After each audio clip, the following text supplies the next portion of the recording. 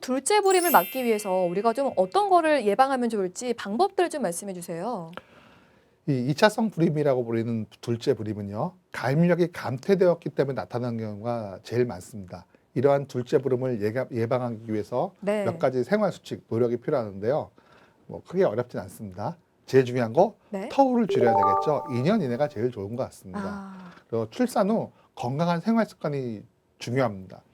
여성들이 출산 후에 한 보통 12kg 정도가 찐 다음에요. 10kg 네. 정도가 감소하는데 이 정도만 감소하면 좋은데 20kg가 찐 다음에 10kg 정도만 빠지면은 10kg가 남아 있습니다. 이 그렇죠. 상태에서 네. 몸 관리를 못 하신다든지 비만인 상태를 지속적으로 유지할 경우에 좀 더 많이 힘듭니다. 이런 음. 출산 후와 그 출산 후의 몸 관리가 상당히 중요하게 여겨지고 있고요. 그 다음에는 의외로 이제 나이가 들어가면서 가입력이 감소됐는데요. 첫 번째 보이는 되게 중요한 질환은 생리 주기의 변화가 좀 보입니다. 생리 네. 주기가 점점 늦춰진다든지 음. 생리의 양이 또 많이 감소되기도 합니다. 난소 기능이 저하됐기 때문에 자궁 내막을 두껍게 만드는 행위를 네. 어려워하시는 분들이 많습니다. 이럴 경우에 자궁 내막이 너무 얇음으로 인해서 수정과 착상에 방해되는데요. 둘째 불임에서 상당히 많이 보이는 질환 중 하나입니다. 음. 이런 것들을 잘 관리하시면 됩니다. 네, 잘 관리하셔서 둘째 불임 없으셨으면 좋을 것 같습니다. 자, 그리고 이 비만 여성의 관계도 있어요. 왜 우리가 살이 찐 여성이 임신이 잘 안 되면 살부터 빼라 이런 말도 있거든요. 예, 그렇죠. 어떤가요? 예, 살부터 빼는 게 옳은 건 맞는데요. 그래요. 지나치게 빨리가 음. 너무 좀 안 좋은 것 같습니다. 아. 일단 건강한 임신을 위해서 적정한 체중을 유지하는 것은 필수적이죠.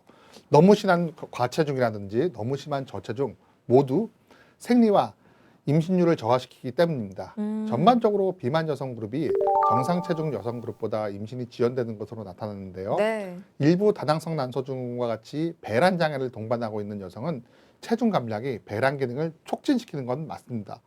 때문에 적절한 다이어트가 임신에 도움이 되는 건 맞는데요. 단 갑작스러운 체중 감량을 통해서 영양 균형을 불규칙하게 만든 상태에서 이 상태가 지속되게 되면은 생리불순이 대표적인 원인이기도 합니다.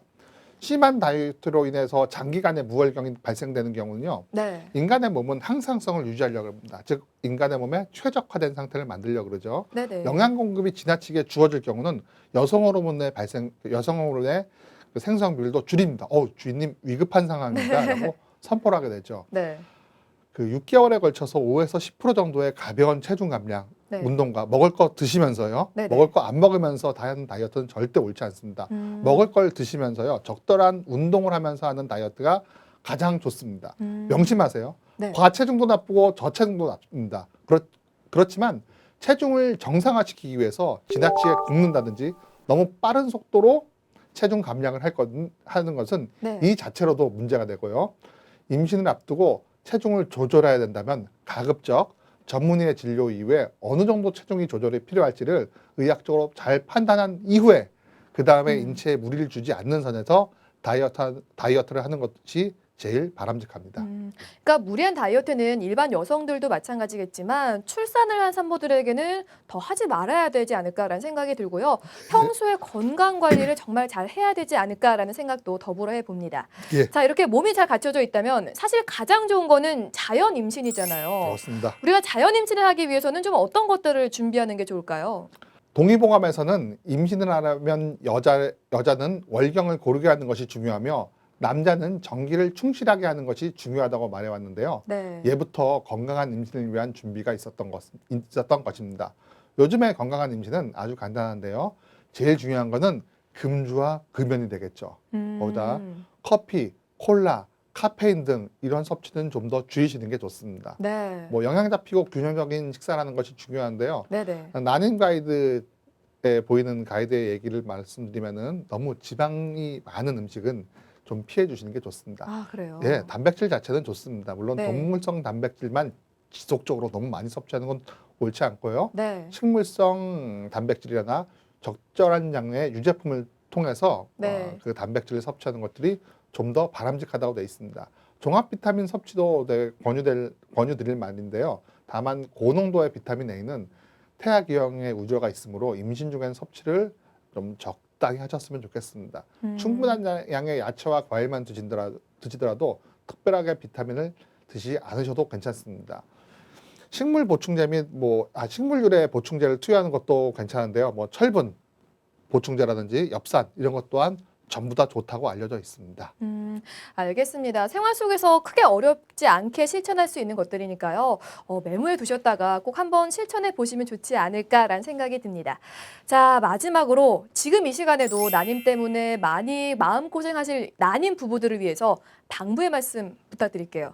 30세 이전의 젊은 부부라든지 또는 35세 이상의 좀 더 나이 많은 부부가 계시겠지만 네. 나는 될 거야, 저절로 되겠지라고 해서 1년이 넘었는데도 불구하고 너무 검사를 미루거나 지체하지를 말길 바랍니다. 1년이 넘었으면은 의학적으로는 불임 또는 난임의 상태가 지속되고 있는 상태인데요. 너무 자기 확신을 가지지 마시고 가까운 병원이나 의원을 내원하셔서 본인들의 상태에 맞는 검사를 하시고 그 이후에 전문의의 적절한 치료나 처치를 받으실 것을 권해드리겠습니다. 네, 알겠습니다. 전문의와 함께 적절한 검진 후에 알맞은 치료법을 찾으셔서 꼭 임신에 성공하셨으면 좋겠다라는 생각이 듭니다. 자, 지금까지 한의사 신재한 원장님과 함께했습니다. 원장님 고맙습니다. 예, 감사합니다.